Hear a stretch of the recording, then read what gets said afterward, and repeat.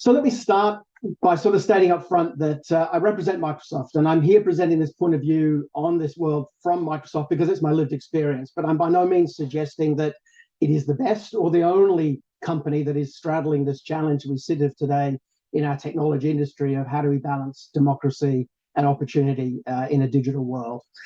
So with that, I sort of frame my narrative around the power of three, because I think we like to think in three. So I'm going to frame it around three lessons that I think we've learned over the last 20 to 25 years as an organization in exploring our role in this.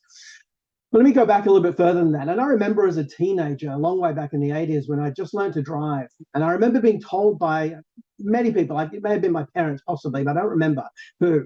But I remember being told this idea that you're really only going to have respect for the car once you've had an accident, as if that the only way that I could cherish the value of what I have in the ability to drive and owning a vehicle was to come right to the edges of losing it, or to recognize the loss of it, almost, but not quite. And this has stuck with me for some time, and I think a lot about this when I think about the technology that we empower the world with, and I think about the lives that my teenage children experience, and think about how much do they need to lose of themselves before they recognize what is being taken by technology and the tools that they use every day.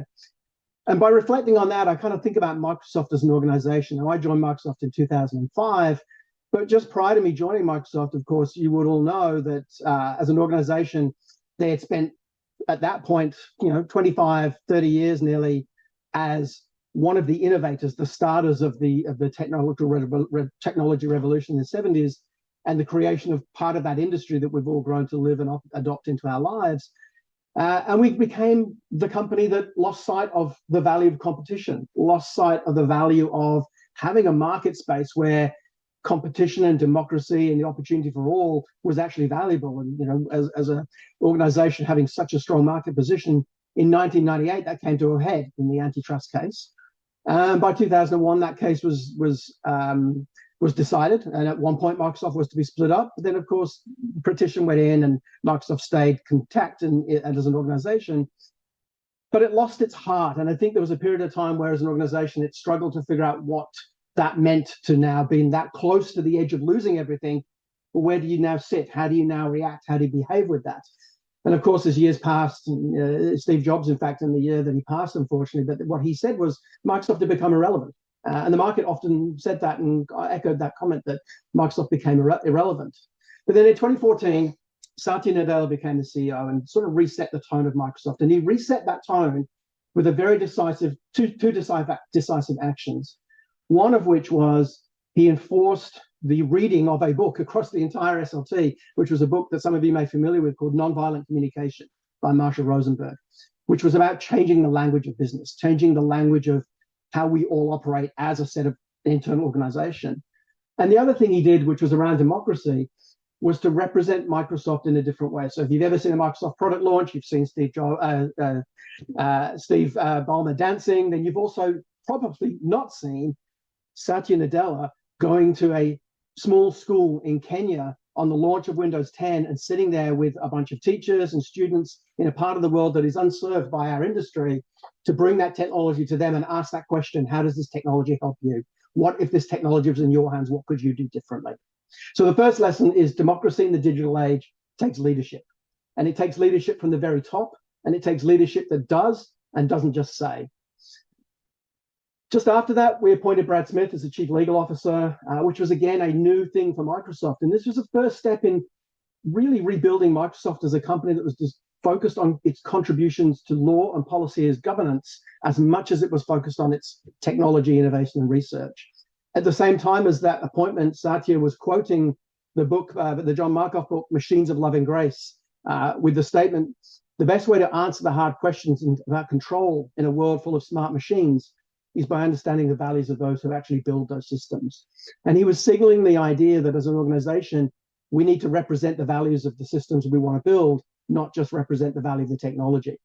And so in 2016, we developed a first set of ethics principles around transparency, accountability, safety, reliability, security, and inclusion. But we quickly realized that ethics struggle against the idea of individual desires. I reflect on the Baroness's presentation earlier around this dopamine versus cognitive decision-making that we all deal with. And so it was a challenge for us as an organization to then think about how do we collectively have a set of ethics that we can execute.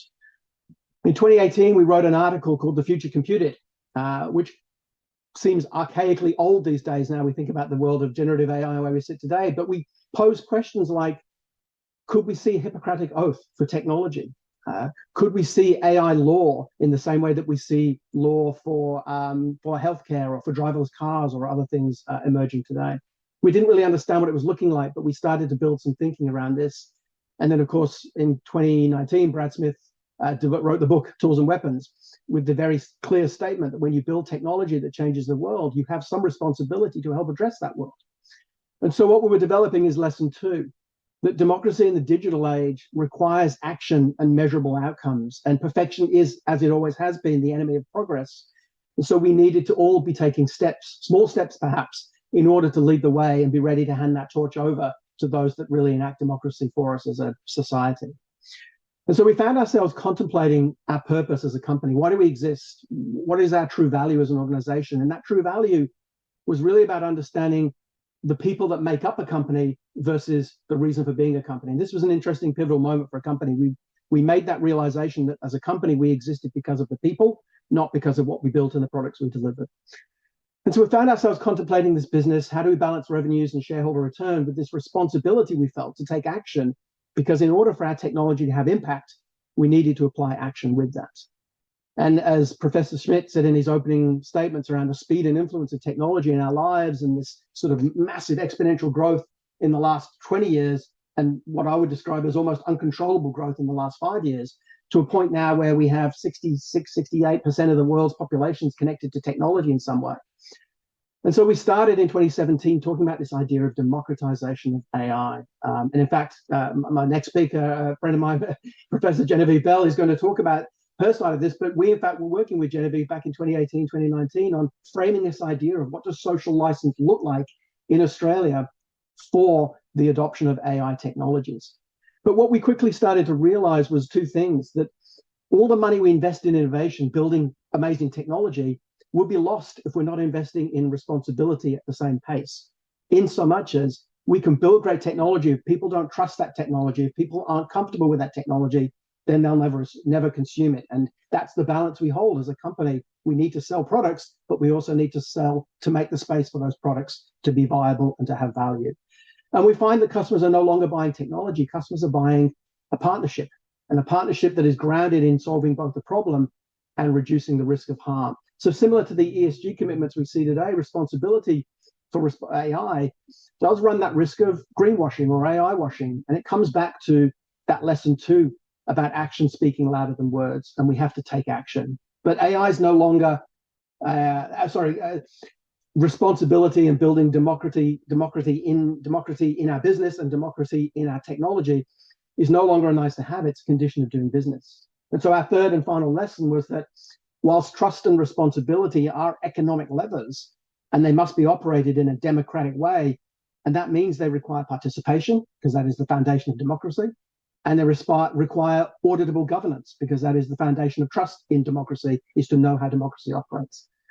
So if I look to the future, I would echo something that Baroness Greenfield said in her comments earlier, which is on this risk of AI taking over the world. And I don't see that as the real risk. I think the real risk, as the Baroness stated, is that the people that have access to and the influence they may drive through AI is the real risk we face. That's the greater threat. And that comes down to what can we do, which is provide mechanisms to control access to the technology. And then the other piece that we all as society can work on is the tolerance we will have for AI in our lives and where we want it to reach into.